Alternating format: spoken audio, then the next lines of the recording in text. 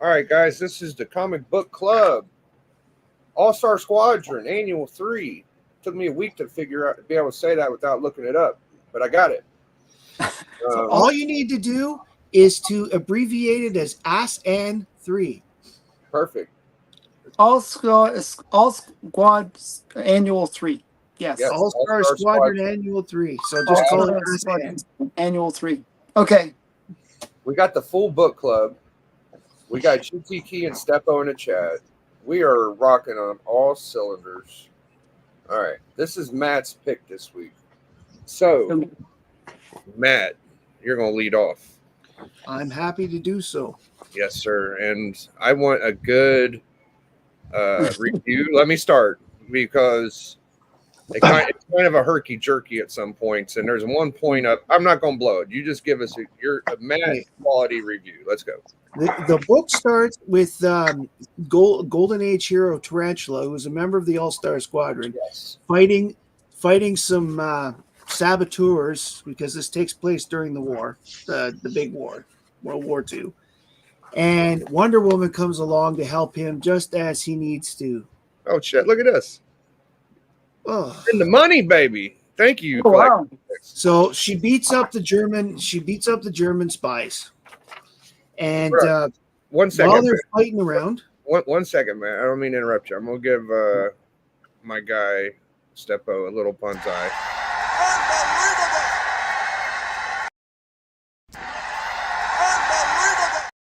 All right. So Cool. you want? I'm sorry to interrupt. So when the fight is over, they find this container that contains a bunch of newspaper clippings. Well, he kind of tripped on that box Exactly. when he was fighting the guys. Yeah. Exactly. And that was why Wonder Woman is coming around To rescue him. saves his butt. Okay.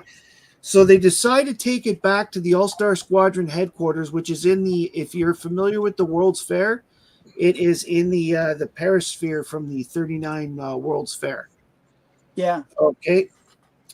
So Wonder Woman has told them that she's brought the magic sphere, and for those that don't know, the magic sphere is something that always tells the story correctly. No That ain't matter got nothing to do with All Star 8's crystal ball, does it? no, Okay. No. it's something completely different. Okay, and basically this tells a tale. This tells a tale of the Justice Society of America that takes place in 1941. So for this purposes, it's about 8 months before, but for us, it's all there. It starts with them having a JSA meeting, and they are talking about a thing that they were doing, and this actually happened in All Star Comics 7, where they decided to raise $1 million for war orphans. And sure enough, they show here everybody bringing their $100,000 from collecting rewards and all that stuff. And Johnny Thunder had promised to give $300,000, and the Flash, Batman, and Superman each show up with $100,000 each, so that covers his portion. promise. And the difference between All-Star 7 and here is in All-Star 7, Superman shows up with $100,000 worth of diamonds, but he doesn't explain where he gets it. Here he explains that he went to a coal yard and crushed them. Crushed them all, which is something that, if you're a big fan of the Golden Age Justice Society, there's a bunch of little things in this book that do that sort of thing. Here you see the calendar as well as revealing that it's June 28th, 1941. Yes. That makes a difference because there are real books that are affected by the things in this story, and they all came out around that time, so that's why they made sure that the date was part of the story. Well, it turns out that Dr. Fate and Green Lantern get a sort of tingly feeling because it turns out President Roosevelt is being attacked by shadow creatures. Okay? This is where it kind of starts for me. This is where the story kind of starts. So they go to the White House and they fight the shadow creatures. And sure enough, they manage to save the president and the shadow creatures disappear. At this point, Dr. Fate talks about one of his old villains by the name of Ian Carcole. Ian and Dr. Fate fought in 1940 in one of the adventure comics. And as a result of the fight, Ian ended up, while trying to escape magically, ended up in the Shadowland, where he was turned into a shadow himself. And because he's now a shadow and not a real person, he's really mad and he blames Dr. Fate, even though it's his own fault because he went to the wrong places. So they look at stuff here and they manage to, Green Lantern manages to see something that was disappearing, but he uses his ring to stop it. It's a piece of paper with a list of 9 names. And the first name and the only name you can really, in these cases, they are people, they're places and names of villains that are going to those places. For example, you've got Shadow Man going to the White House. And then they've got somebody here going to Warner Brothers Studio in Los Angeles. It's the Catwoman. Austin, Texas, Alexander the Great, which was a villain of one of the other guys. So they decide that they better talk to the entire Justice Society to see what's going on because they're going to need to spend. They're going to need to. They decide as a group, and if you know anything about the Justice Society, you know that Batman and Superman have not done a lot with them. They're honorary members.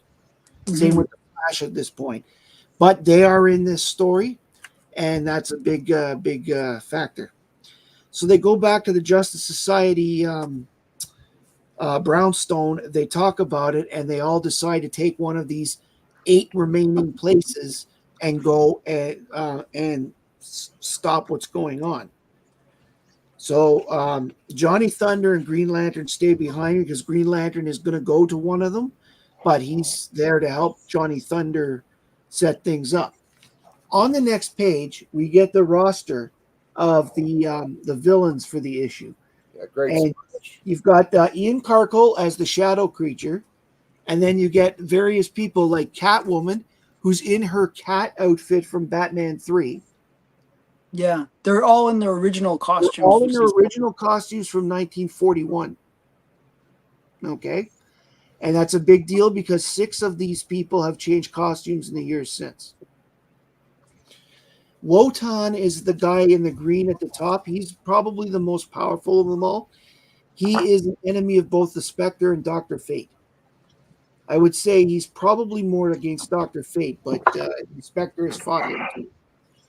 So Ian in this page explains what he wants. He wants to kill these 9 people because it will affect the history of America to come, because in the Shadowlands, he can see the future. And apparently the erasure of these 9 people from the timeline will throw history off enough that by 1980, Ian Carcole will be in charge of the United States and rule. So the first one we see is Superman.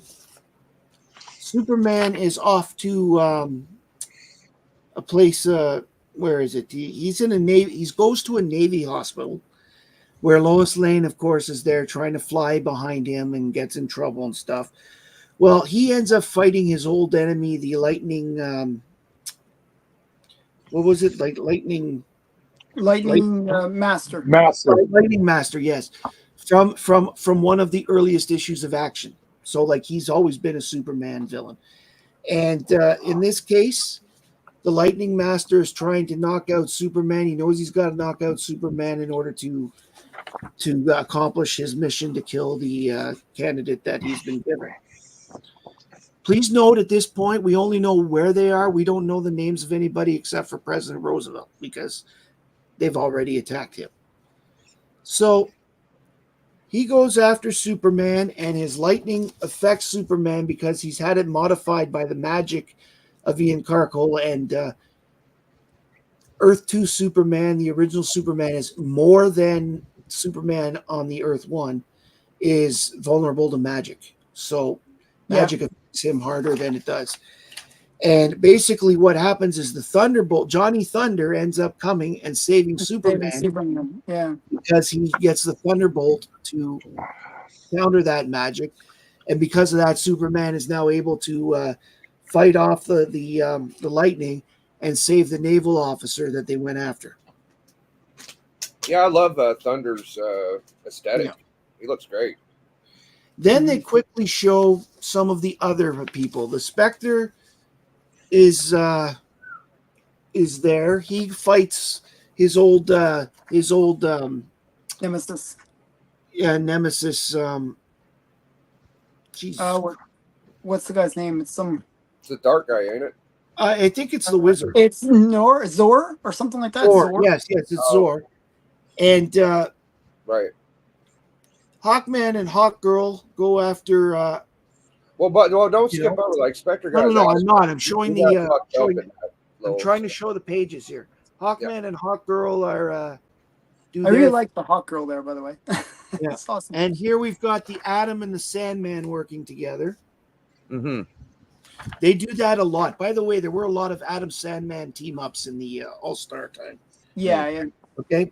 Basically, okay. The Atom and the Sandman are on an estate in New England. Mm-hmm. Okay, where Spectre is fighting in Texas, in Dallas, Texas, and you've got Hawkman and Hawkgirl are in Kansas City at a hotel protecting a senator. Yeah. Then they show the Flash, and the Flash is actually they show his whole thing. The Flash meets a colonel who, if you think about it, his in this panel here, his profile looks familiar. Okay, but basically he's there to protect this colonel. Okay, this colonel is being attacked, and sure enough, the Flash gets attacked by Sir Satan, which was one of his villains from one of the first issues, I think. I think actually issue 1. Yeah, from issue 1, I think. And he drills through the earth to try and wreck the ground so that the Flash can't run and get to speed. Well, he manages to do the Barry Allen thing with his shaking. I call it the Barry Allen thing. And so he manages to save. And of course, his girlfriend is there because she's the daughter of a major. But of course, she's going to be there, right? Yeah, and Lois Lane was there for Superman. So they always bring their girlfriends. Okay. Yes. But the key is Lois Lane he gets rid of where Jones stays with him. That's a key in this book. Okay. Okay. So they manage to save the colonel, and the colonel goes off to the thing. Next up, we've got the gem insert, but that means nothing. Next up, we're in Los Angeles at the Warner Brothers Studios, where Batman and Robin go after the Catwoman who has been told to go after a certain actor. Yeah. Okay. And the Catwoman actually is good. Yeah. Catwoman ends up, she's not a killer at heart, and she likes Batman, right? So she actually ends up killing somebody else in the wings who shoots her because she refuses to kill. And it pisses me off because Batman's like, well, they'll take care of her at the prison hospital. It's like, dude, she just saved your fucking life. Like, come on, fam. But Batman in that era was kind of not exactly. Collective 6, there were a whole bunch of artists for this book. They brought in Rich Buckler, Wayne Boring, Keith Giffen, Richard Howell, Carmine Infantino, Don Newton, Martin O'Dell, Jerry Ordway, and George Perez. Yes. That's going to be in my comments. So I'm going to talk about that. Yeah. Yes. So next up, we have Green Lantern fighting Wotan because there are 3 Dr. Fate villains here. So they can't fight them all. I enjoyed the Superman part of this book, but this is probably the most important, I would guess. This is the most important. Because Wotan ends up being the only one who succeeds, and he kills a child. Because Green Lantern's ring can't stop wood, and the child dies when a tree falls on him. Mm-hmm. And it's important to note that this was the only one that succeeded. But Green Lantern is extremely distraught. Now that's another. I feel like They don't actually show the child, by the way. They just say all the. They just show the shadow of the child and the tree falling. I talked to D about a certain point of this comic. That is the point I'm going to talk about later if y'all don't get to it. But you can continue on. Next up, we have the Hour Man, who is really feeling the effects of the pills he takes to get his powers. And he knows that he has no choice when he sees that Dr. Doog ends up, which is one of Hour Man's first villains. Okay, is there to fight him. Okay, and he gets oh my god, I sound like and he gets rescued too, though. Yeah, but Hour Man gets knocked out and gets rescued by Starman. At this point, Starman has not met any of the members of the Justice Society. He just happened to notice the lightning and came to investigate. Yeah. So and at this point, Starman is a rookie. He is like a newbie. At this time, Starman literally has only had 3 issues of his comic. What a cool character! In adventure comics, I mean, like he's only got 3 adventures. He really is a newbie. So he manages to defeat Dr. Doog, and he picks up Hour Man, and he's going to bring Hour Man to the Justice Society. Next up, we've got Dr. Fate, who's actually fighting. Okay. So, by the way, Dr. Doog, just so you know, was in Georgia on a farm. Okay. So, Dr. Fate is on a. Okay. I'm going to make a point about this afterwards, about why Dr. Fate's at sea. Okay. But the fact is, it's a cruise ship that's being attacked, okay, in the Caribbean. So this is just a little cruise ship that just off the coast of Cuba, and it's been attacked by one of the guys. He manages to rescue the ship by moving the ship on this huge wave away from the villain. I can't quite make out who the villain on this one is. It's all right. You know that Green Lantern's going up against? No. Green Lantern went up against Wotan. I think he went up against Ian Karkel himself, but I'm not 100% sure. Yes, he did. He did go up against Karkel himself. Yes. Karkel, yeah, he went up. Yeah. So that's Dr. Fate. Oh, sorry. Okay. Yeah. So Dr. Fate manages to stop Ian when Karko's the main bad. The Thunderbolt brings the rest of the Justice Society to him. Dr. Fate was just about to get defeated when the rest of the Justice Society show up magically. Thank you, Thunderbolt. So they managed to fight Karkel like crazy, bring him down. And as they bring him down, all the other villains that were around sort of disappear and go back to where they came from originally. In some cases, he broke them out of jail. He's magical, so he can do that sort of thing. And unfortunately, Karkel ends up absorbing so much energy from the magics of the Spectre and Dr. Fate and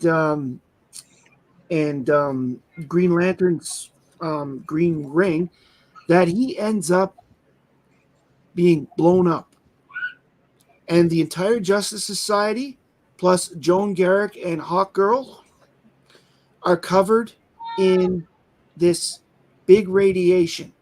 They don't know what the radiation is. Time radiation is what they call it. It's time and shadow radiation. Basically, it's coronal energy, because what had happened was Ian had come from 40 years in the future, right? 1980 or whatever.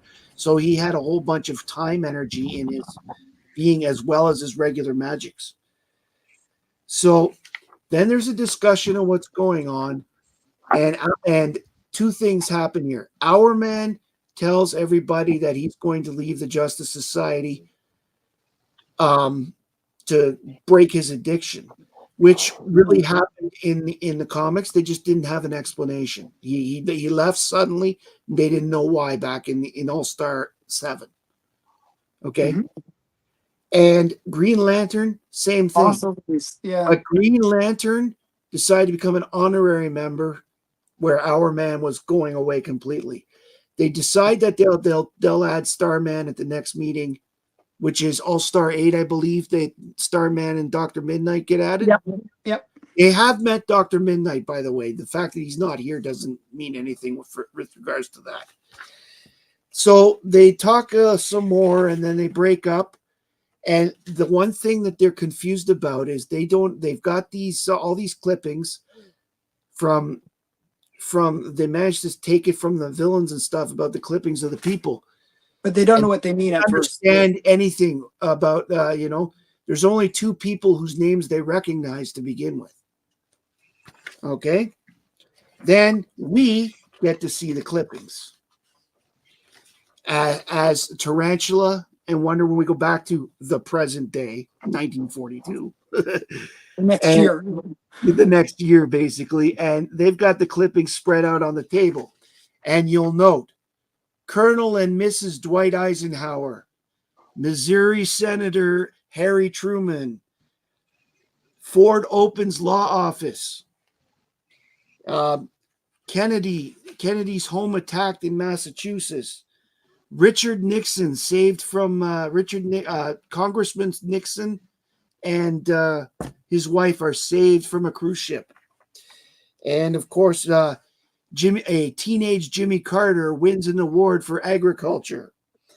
And in Texas, Lyndon Johnson in tight race for Senate seat. And Reagan was the actor too. And Reagan was the actor. Ergo, they were going after the next the 9 presidents of the United States. However, they got one.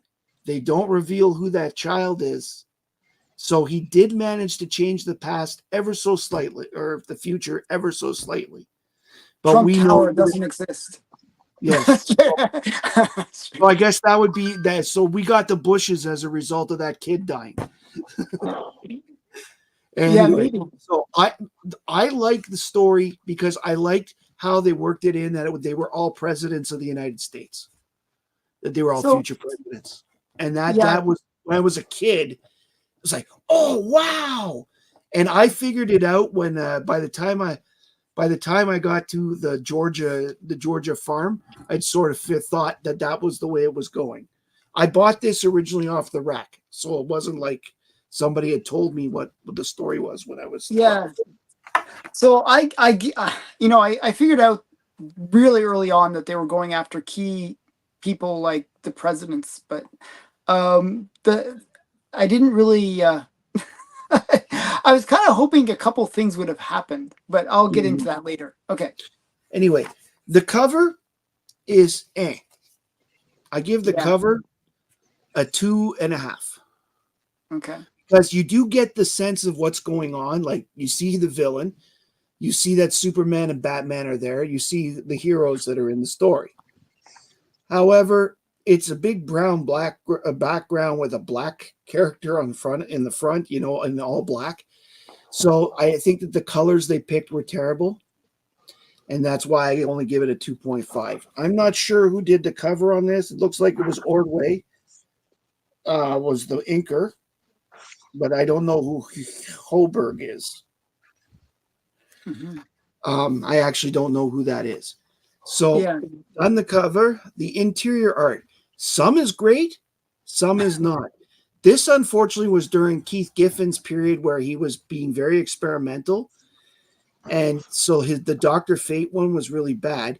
But the parts like the Flash story done by Carmine Infantino and the Superman story done by Wayne Boring were good. So I'm actually going to give the art a 3.5 overall because some was good, some was not. I didn't quite identify the Perez pages, but I'm sure if I went through and really looked, I could probably figure it out. I think Perez was with Our Man, wasn't it? Yeah, I think so too. Now that you say that, Jerry Ordway did the tarantula part because he was the regular artist for All Star Squadron at the time, so he would have done that. He was getting used to drawing Tarantula, so And Infantino did the Flash, did the which was Flash. Yeah, appropriate. I thought that yeah, was and appropriate. Boring did Superman. Yeah.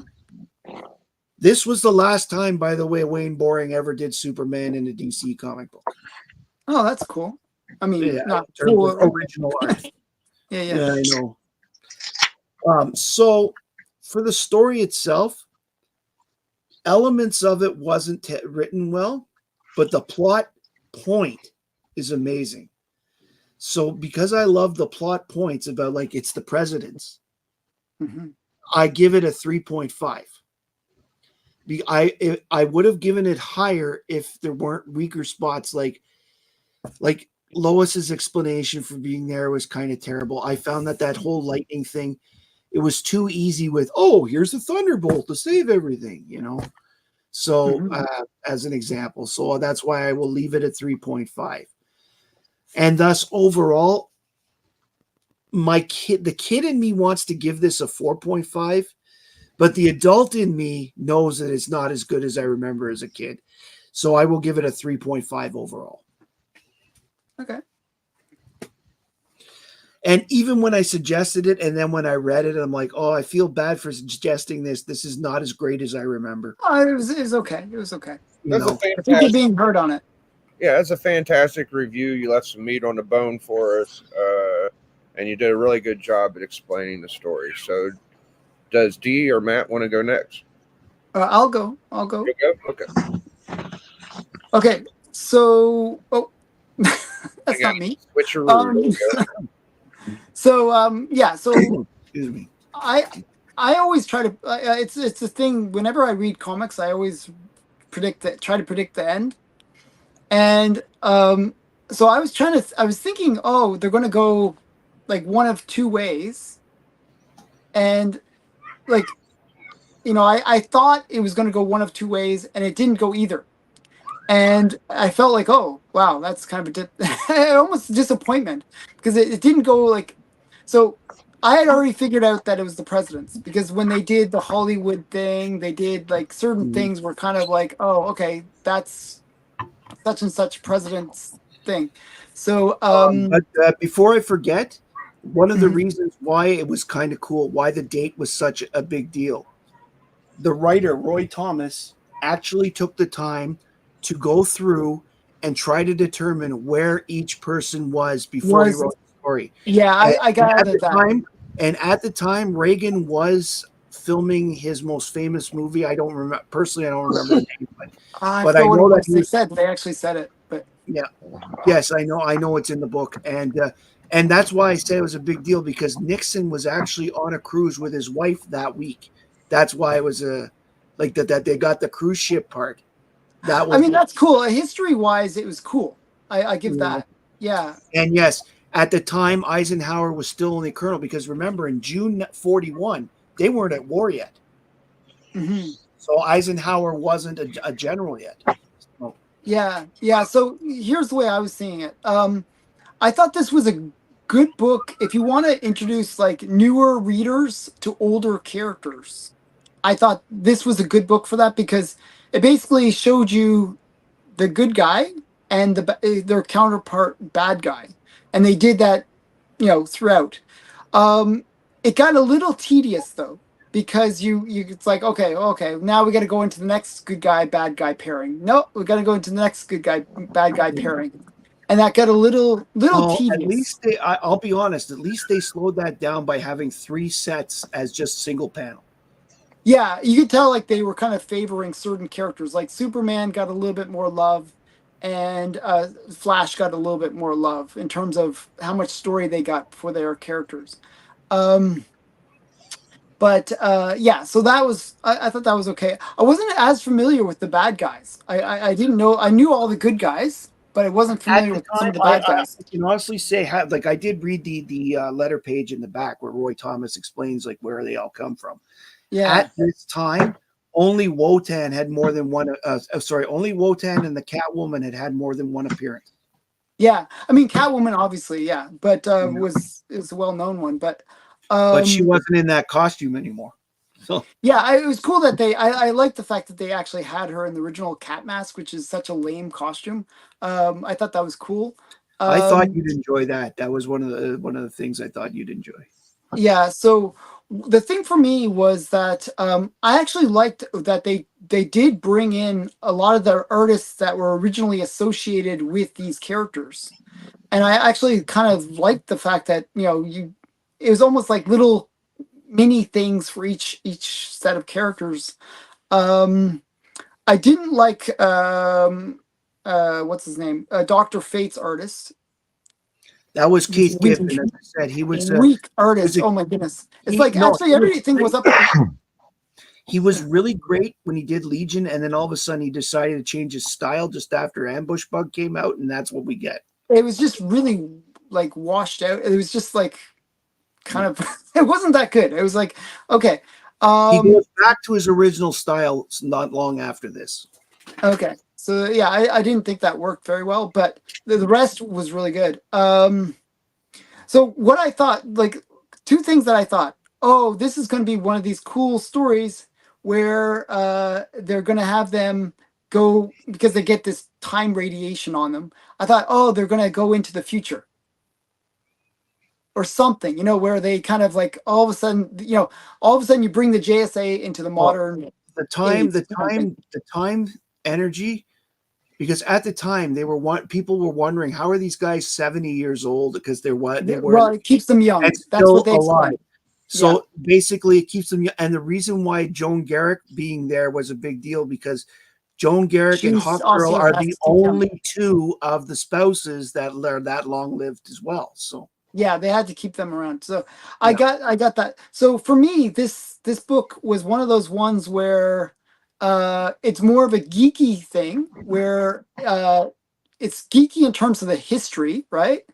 It's mhm. geeky in terms of explaining different characters. It's geeky in terms of making all those things like that. You would have to have read some of those Golden Age books to even care about the fact that our man had left the JSA, or, or all these like little things that happen. So it had all those like, oh, like if you're a comic fanatic where you want to know all the little explanations, like Well, you've just that were left. explained Roy Thomas. He was a JSA fanatic. So Yeah, so I sort of saw this sort of weird geekiness thing going on, and then for me, it seemed like, oh, let's try to get as many characters like Wonder Woman and Tarantula. They could have been like they could have just skipped that whole thing, but they had to have them in this thing just so that they could have all of the JSA characters. oh, I think they used them as the framing device by her introducing the That's what I'm saying. They use yeah. it as a framing device, but they wanted to get those characters into this story. It was their way of bringing them in.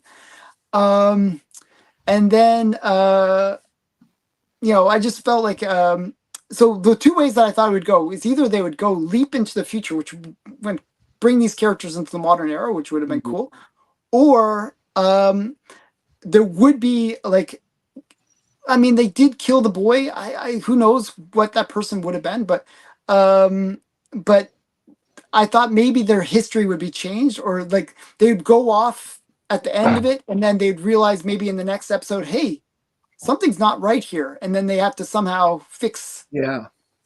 But that didn't. Neither of those two things happened, and it seemed like whenever they fought all these bad guys, it seemed to easily, because it's only 1 or 2 pages each that they get. Well, The fights were these aren't very exactly okay with the easily exception. resolved. Yeah, with the exception of Doctor Doog and Wotan and the guy that the Spectre fought, and well, Mhm.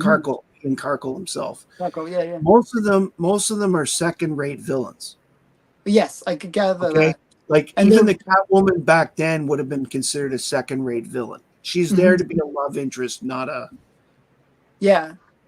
So okay, so I just wanted to clarify all that. But for me, the cover, I'll give it a 1.5. I really thought the cover was weak. Like not memorable. Like I just don't remember. Like I won't, like 10 minutes from now I won't remember the front cover.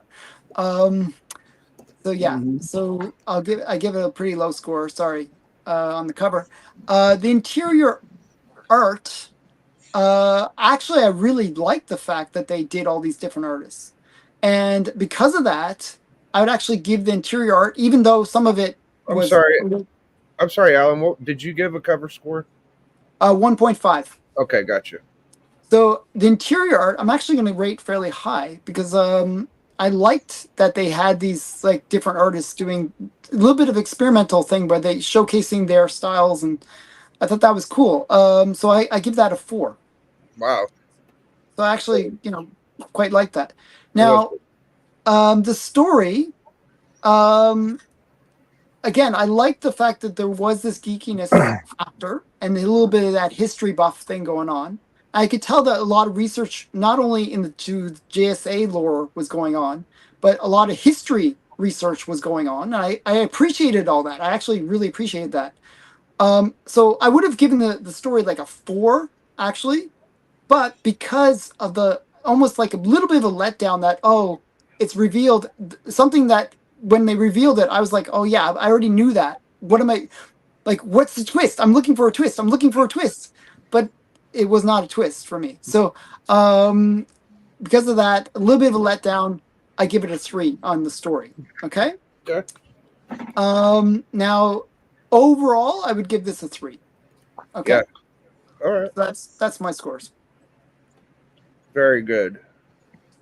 Very good job, Alan. Appreciate you. Tear them up, D. All right, so I'm gonna kind of just jump into my scores and then explain why the score is what it is. I was like right on with Alan on the cover. I thought it was a 1.5. Very, very. The cover exists, and that's all you can say about it. Interior art, I did enjoy.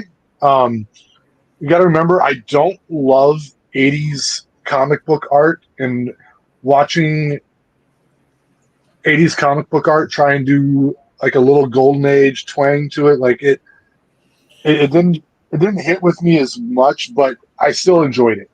Well, I gave it I'm going to say this. Carmine Infantino drew the original Flash in the Golden Age, as well as the current Flash, like the Barry Allen Flash. That's why I appreciated that. Yeah. And Wayne Boring started doing Superman in 1946. Yeah, So that's why I appreciated that part. I actually appreciated that. Anyways, the interior art I still gave a 3, which is decent in my opinion. It's not mind blowing, but it never, like, there was no panels in there where I was like, oh my god, this really took me out of it. Like Bullet Man did that to me constantly. This one didn't have any of that. And I'm not trying to shit on Bullet Man. I just because the last book we reviewed, that's what happened. The story, I really hated the story. No,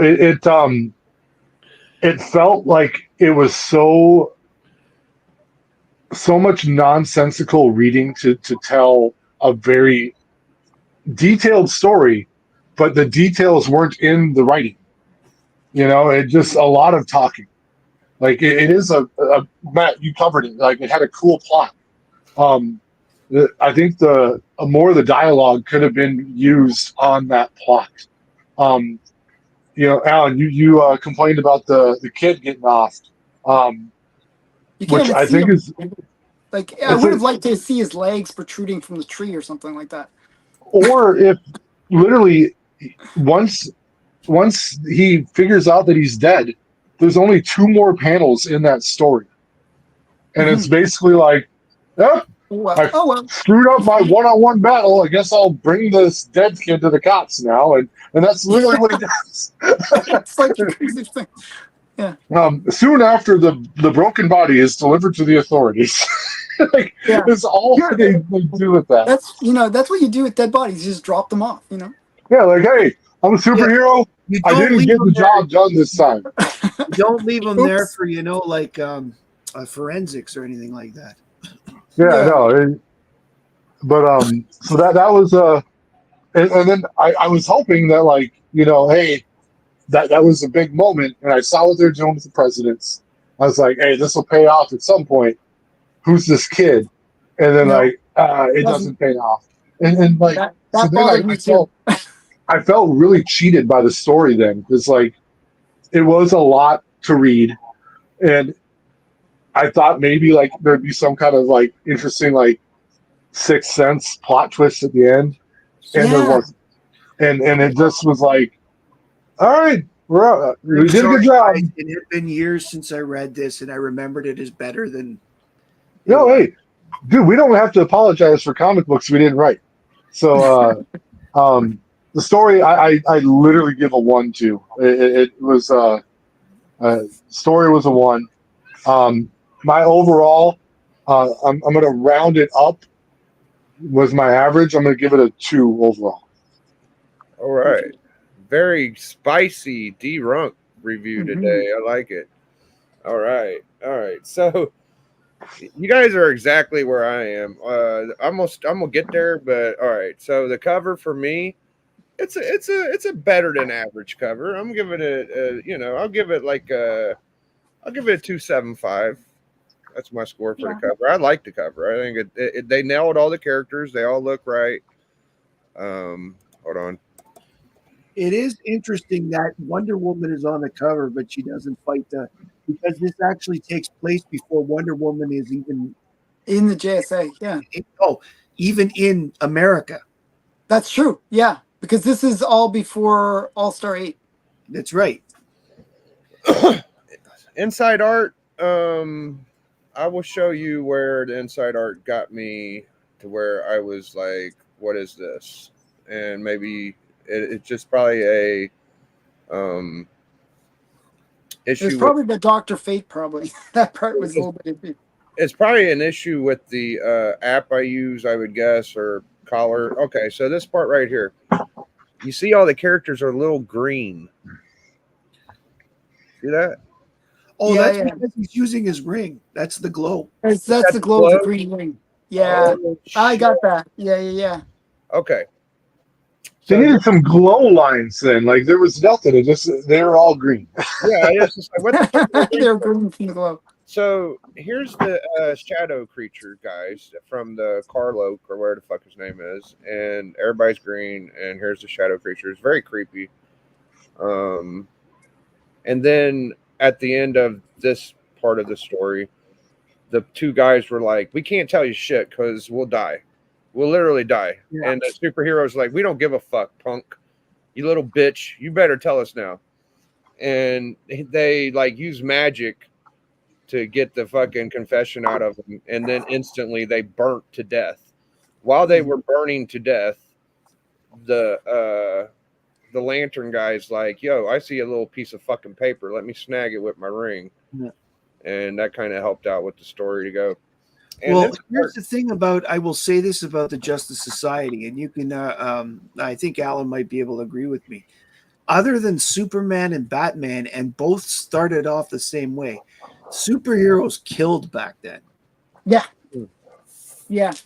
Okay, and they didn't feel the need, or at the very least didn't feel the need to rescue someone who was dying if they were a here's bad guy. here's the trope: Lois Lane screwing shit up. Yeah. Oh, there's Lois Lane. She can't fly. It's gonna blow up. And at one point, Superman does say like, "I'm not here to dilly dally with your bullshit parachute landing. I have to go." Exactly. I know that was funny. That was I good. thought that was actually funny. I like that part. I'm glad that Superman kind of told the bitch, but he did come back and save her. So whatever. I like the Thunder guy. I thought he was a cool Johnny Thunder, yeah. aesthetic. He looks pretty cool. He's like pink and flying The around. Thunderbolt has always been great, and Johnny Thunder has always been made to look like an idiot. So This is some good inside art. There's a lot of great inside art. I haven't scored it yet. Besides that, like green glow shit, which has an explanation, which is cool. And I do feel like Spectre was a little more confused and befuddled than I thought he should have been, but they kind of made it work. The gas, Sandman hit him with the gas pistol, which is kind of a weak fucking power, but that's like his go-to. He loves that shit. Yeah, it's his power. So there's some cool looking Flash art. Very well done. great panels. I don't read much of the original Flash, so it was neat to see that. Batman looked pretty cool. I liked his little car. It wasn't the greatest Batman art, but all of it got the job done, in my opinion. And it was an all-star staff. Now, could there have been other artists to make it a little better? Of course, but it was a pretty good squad. So the part that you guys were saying, like, you wished it would turn into more of a thing, right? So this is what my crazy brain came up with after about a day after reading this. So when you see the tree squash this kid, like you say, like, he doesn't turn back and see the body. He just kind of says, the police took the body, you know? I think he carries the body away, actually. I didn't. Well, I must have fucking He missed it. says, It says it in the panel. Look at the last panel on that. Biggie, look at the last panel on that page. The last panel on that page says.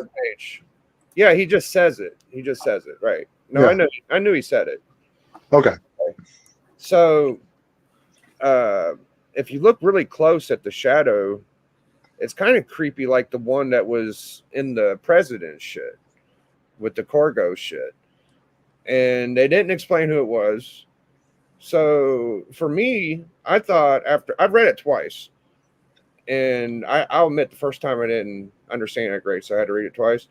But I kind of feel like maybe this was some magical bullshit to make him feel like he fucked up. And at the end of the day, the bad guys won because they kind of split up the original JSA, if you think about it. Because after all the shit, they kind of fucked up.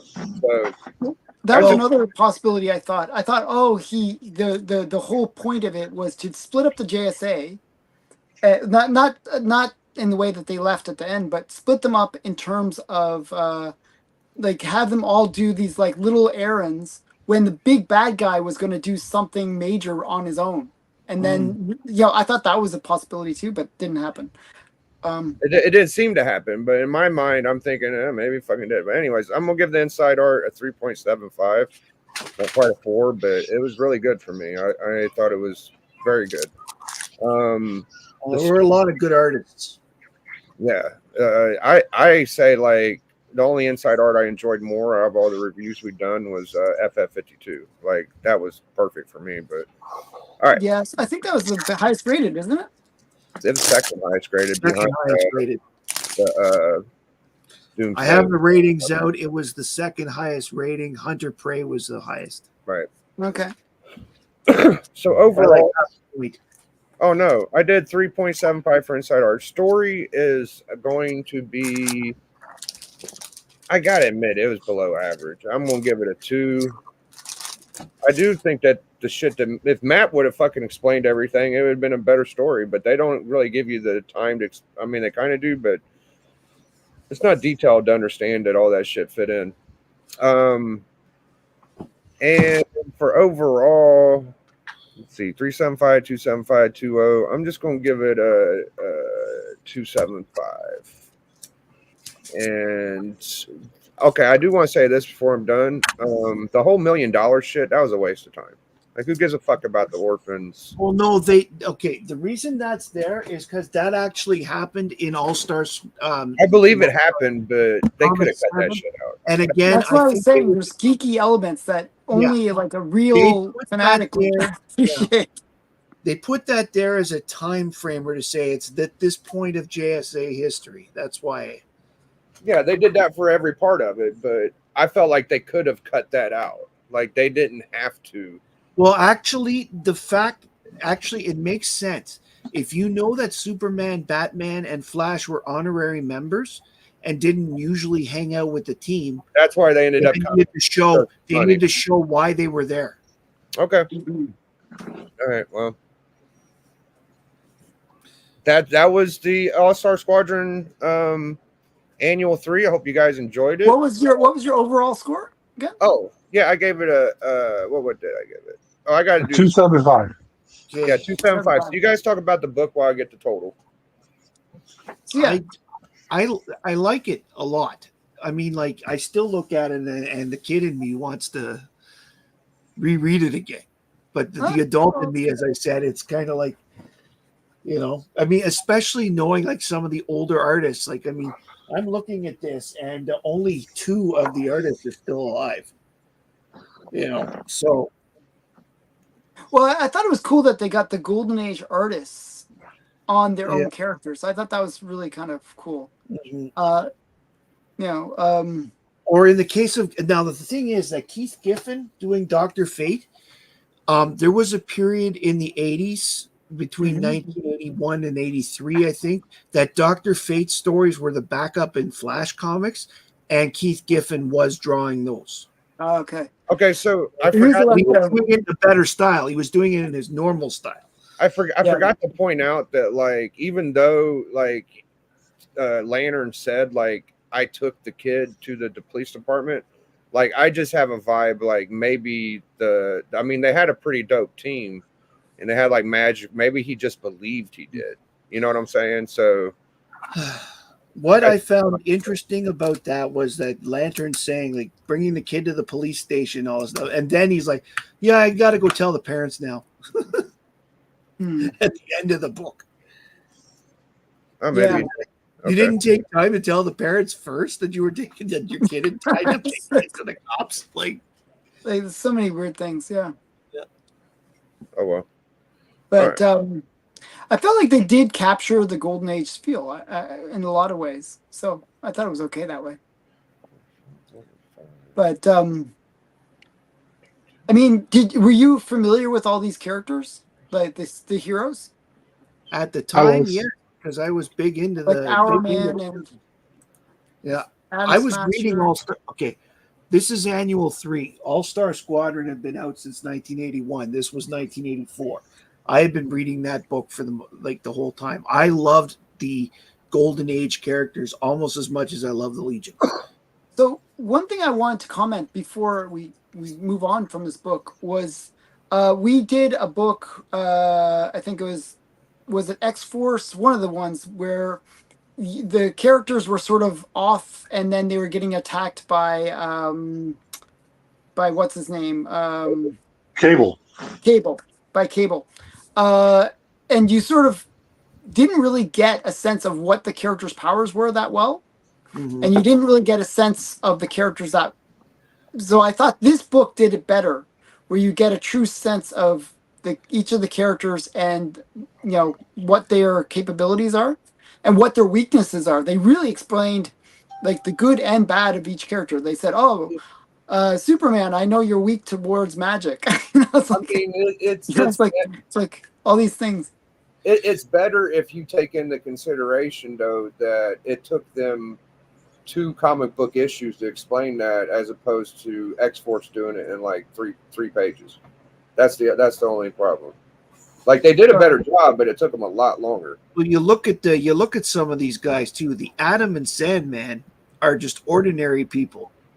Yeah. Flash has speed. Like, they're not Justice League powerful. The Spectre. Atom Smasher, he's powerful. Yeah, but that's new. He's a new character. Yeah. The original Atom was just a guy, a 98-pound guy that fighting. Okay, Johnny Thunder is an idiot. Okay, with the magic guy. You've got Hourman is only powerful when he takes the pill for an hour at a time. Superman is Superman, but Batman's just an ordinary guy. Green Lantern just has a magic ring.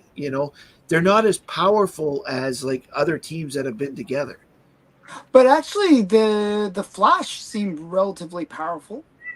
Yeah, the Flash is one of the more powerful members because he has an actual power that does things. Plus, Spectre ain't no joke. He's probably the smartest. Like way overpowered. Yeah. Him and Batman are probably the smartest guys on the team. Mm-hmm. I would think Spectre and Superman are the 2 top. 2 most powerful. Yes, they are the most powerful because the Spectre is a ghost. Yeah. So, I mean, he has that part. But Dr. Fate is more powerful in magic than the Spectre is. Yeah. Well, we got a total score out of 80 for 46.25. Oof. Bear pass. Bear Generous. I pass. gave it like 14 and a quarter, so I was pretty generous. 46.25. I actually gave him a bigger score than fucking Matt did. Because I created this whole ending that Biggie wasn't liked your real. book more than you did, Matt. That's So bad. 57.8%, which Oof. actually puts it above Nickel Comics, Gwenpool, and X Force 25. Oh no! Yeah, I fucked up. Oh well. You beat Bullet Man. That's so bad. So And it puts it just under Scrooge. Okay. I believe this is the next issue in the Fatal Attraction, Uncanny X-Men 304. A second. Oh here. yes, we are going back to Fatal Attraction. Oh my goodness. So X-Men 304. Okay. Yeah, enough with this DC. Okay, so this is gonna really ruin my brain again. Okay. Sorry, maybe it'll be a better issue for you. Okay. I love both of them, by the way. I thought they were both fucking. I love the Back first. to the comic store to see if I can find one. I have all my 9/8 slabs coming. I got the complete collection now. Am I right, D? This is the next one. Yeah. Okay. Cool. Uncanny X-Men 304. Yep. And I believe this is the first cover art for an artist. I can't remember who. Oh really? Yeah, I think what's his name was saying that, Norrin Rad, or maybe it was the last issue, maybe Cthulhu. But this is I have to look it up, but I think there's something special about that. I haven't read this. I don't know. I've just second here. Cover script by Jay Lee did 4 pages on the inside. Wraparound cover by Romita and Panosian. oh, Ramita Jr. Well, that would be his first. Okay. No, it wouldn't be his first. No, I just got an X-Men way earlier than that. But that's the show, guys. So I hope you enjoyed it. I appreciate everybody that joined us. And catch Matt's getting a 300 sub giveaway pretty soon. Is that right? 381 subs. 380. In honor of the first Supergirl solo issue of Adventure Comics. I'm doing 100,000 subscriber giveaway. So if I there you go. I was joking. I'm gonna be giving away my Elvira poster and T-shirt eventually, so that's gonna be fun. And you could catch Alan on his channel. He does a lot of good stuff. His Monday special with Steppo and Speculation and all that goodness. Friday Hangout and Big D Runk. He hangs out with me when he can. And see us on Collector Club a week from now, or a week from Friday. So catch y'all later, man. Appreciate y'all for checking us out, dude. Big Biggie. Biggie.